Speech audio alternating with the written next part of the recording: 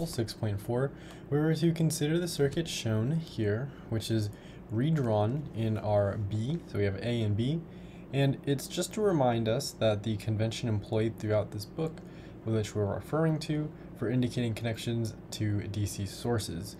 So we wish to analyze the circuit to determine the node voltage and branches. We're going to assume that our beta is specified to be 100. So the drawing on the right is the same thing as the drawing on the left. The only thing is that we are showing that our plus 10 volts and our plus 4 volts are connected to, they're basically power supplies, right? And then they're going to be grounded as well. So that's all that this is saying. Now we're going to go through the steps of solving this. We want to find the node voltage and branch currents. So our IC, VC, IB, VE, and IE. So we're going to look at this, and we have steps given to us by the author. So analyze the circuit. We're going to look at the circuit that's redrawn, and that's basically all it's saying here, the analysis of the steps numbered. So glancing at the circuit, we note that the base is connected to 4 volts, and the emitter is connected to ground through a resistor R. So we have our 4 volts, and then we have our ground, which is 0 volts.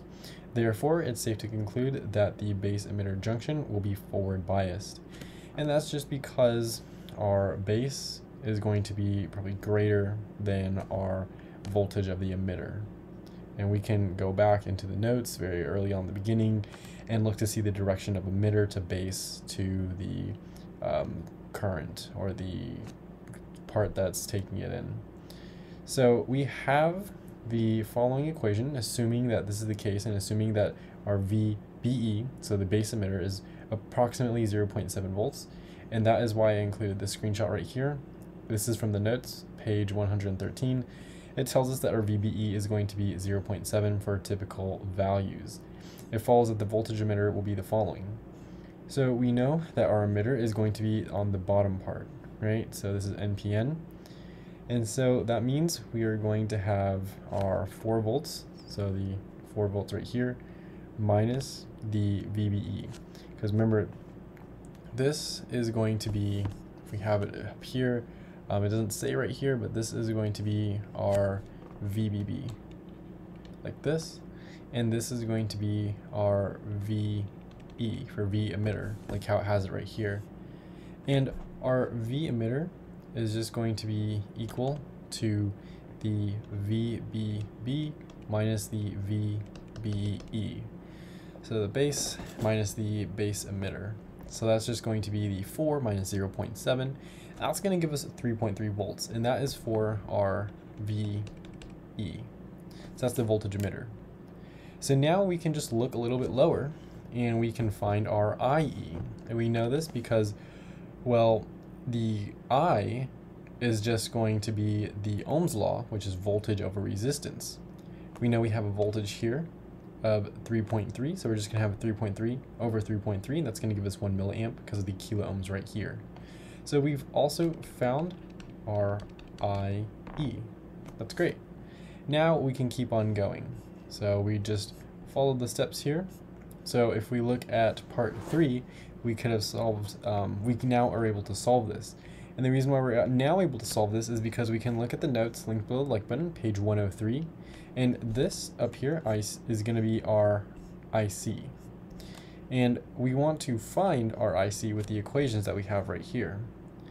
Well, an easy one is looking for one where we have our beta, because it's given. We have our IC, we have our beta, and we want to and we have our IE. So if we look at these, we have IC here and our beta here, but we have an IB, and we don't know our IB yet. The IB though is going to be this value right here. We don't know that yet. So let's keep looking. Well, if we have our IC and we have our IE, we have this alpha here still. Well, this alpha we know is essentially B over B plus 1. And so we can manipulate this, and then we are going to get, and it shows us this right here. We're going to get that our IC is equal to 0.99 milliamps. Now, from that, we can calculate the voltage right here. That's going to be our VC. And so for our VC, all we need to do is take our 10 volts and subtract it from the voltage that's going across it right here. And that's just going to be the voltage over it. So we know we have some voltage like this, and we want to just take the 10 minus the voltage over the resistor, and that's going to give us about 5.3 volts. And we have more information about this right here. So we're now in a position to use Ohm's law and determine the collector voltage. So 10 minus the IC times RC, that's the collector, that's the C value. Now we can look at our IB, that's the last thing we want to find, which is over here. And our IB, well, we could just use the equation that's given to us right here. IB is equal to IE, which is our 1 milliamp, minus our IC, which is 0.99 milliamps. And that's just going to give us 0.01 milliamps. And that's how we would go about looking at the circuit, basically looking at each of the individual parts, plugging in the parts for the formula, noting our VBE is equal to 0.7 volts. If we didn't know that, it would have been really hard to solve this. And that's how we would do the work. Before leaving this example, we wish to emphasize strongly that the value of carrying out the analysis directly on the circuit diagram. Only in this way will one be able to analyze complex circuits in a reasonable length of time. The figure illustrates the above analysis of the circuit diagram.